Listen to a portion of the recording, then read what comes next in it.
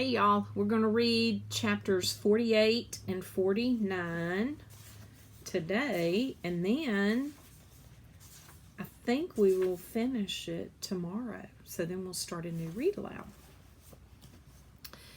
Chapter 48 on the tail of a rat. Have you ever had hold of the tail of a rat? At best, it is an unpleasant sensation, scaly and cold, similar to holding on to a small, narrow snake.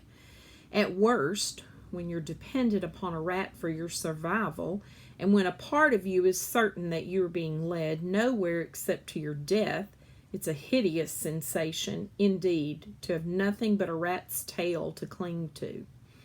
Nonetheless, Despero held on to Botticelli Rimorso, and the rat led him deeper and deeper into the dungeon. Despero's eyes had, by this point, adjusted quite well to the darkness, though it would have been better if they had not, for the things he saw made him shiver and shake. What did he see? He saw that the floor of the dungeon was littered with tufts of fur, knots of red thread, and the skeletons of mice. Everywhere there were tiny white bones glowing in the darkness, and he saw in the dungeon tunnels through which Botticelli led him. The bones of human beings, too, grinning skulls and delicate finger bones, rising up out of the darkness and pointing towards some truth best left unspoken. Despero closed his eyes, but it didn't help. He saw as if his eyes were still open wide, the bones, the tufts of hair, the knots of thread, the despair. Ha ha, exactly, Botticelli laughed, as he negotiated the twists and turns. Oh, yes, exactly. If what was in front of Despero was too horrible to contemplate, what followed behind him was perhaps even worse. Rats.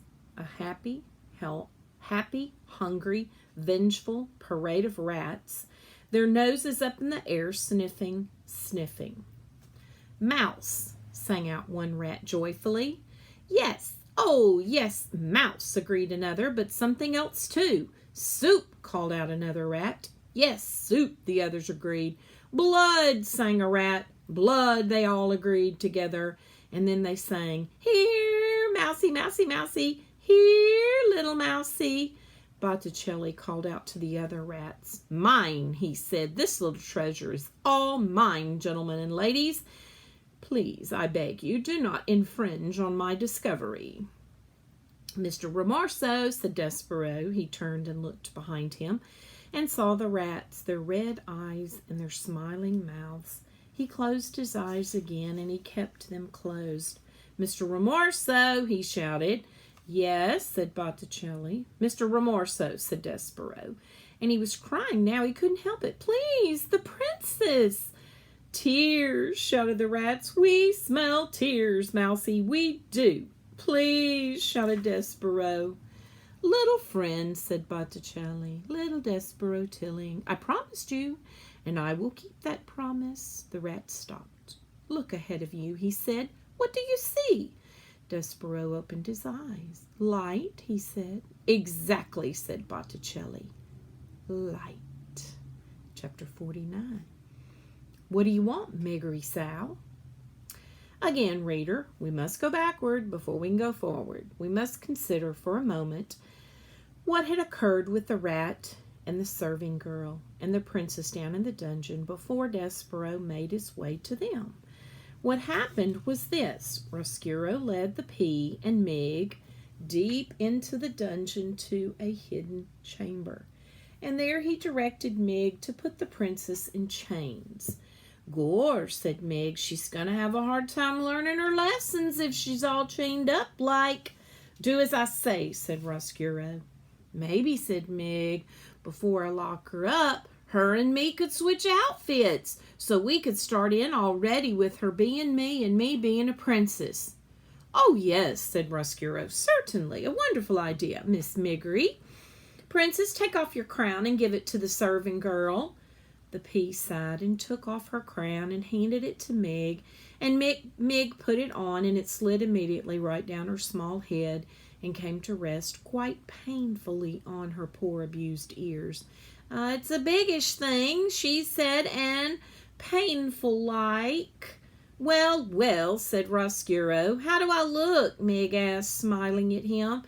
Ridiculous, he said, laughable. Meg stood, blinking back tears. You mean I don't look like a princess? She said to the rat. I mean, said Roscuro, you will never look like a princess, no matter how big a crown you put on your tiny head. You look exactly like the fool you are and always will be. Now, make yourself useful and chain the princess up. Dress-up time is over.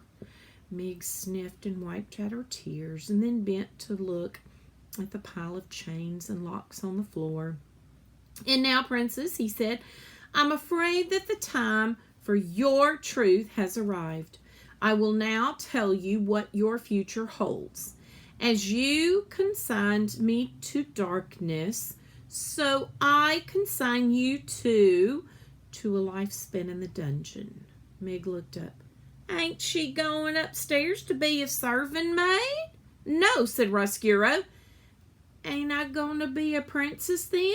No, said Roscuro. But I want to be a princess.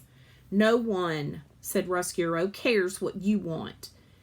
As you know, reader, Miggery Sow had heard this sentiment expressed many times in her short life, but now in the dungeon it hit her full force. The rat was right. No one cared what she wanted. No one had ever cared. And perhaps, worst of all, no one would ever care. I want, cried Meg. Shh, said the princess. Shut up, said the rat. I want, sobbed Meg. I want. What do you want, Meg? The princess said softly. Shouted Meg. What do you want, Miggery Sow? The princess shouted. Don't ask her that, said Roscuro. Shut up, shut up. But it was too late. The words had been said. The question at last had been asked. The world stopped spinning, and all of creation held its breath, waiting to hear what it was that Miggery Sow wanted. I want, said Meg. Yes, shouted the pea. I want my maw, cried Meg into the silent, waiting world. I want my maw. Oh, said the princess. She held out her hand to Meg, and Meg took hold of it. I want my mother too, said the princess softly, and she squeezed Meg's hand. Stop it, shouted Roscuro. Chain her up, chain her up. Gore, said Meg. I ain't gonna do it. You can't make me do it. I got the knife, don't I? She took the knife and held it up. If you have any sense at all, said Roscuro, and I heartily doubt that you do, you will not use that instrument on me. Without me, you will never find your way out of this dungeon, and you'll starve to death here or worse. Gore, said Meg, then lead us out now, or I'm going to chop you into little rat bits.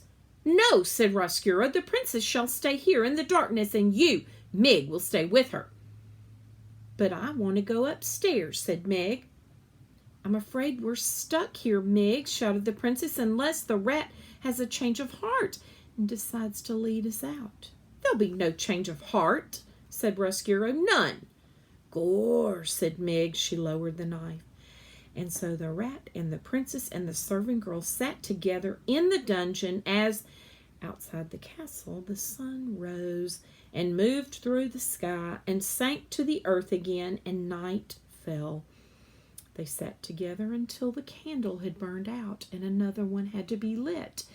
They sat together in the dungeon. They sat and sat. And reader, truthfully, they might still be sitting there if a mouse had not arrived.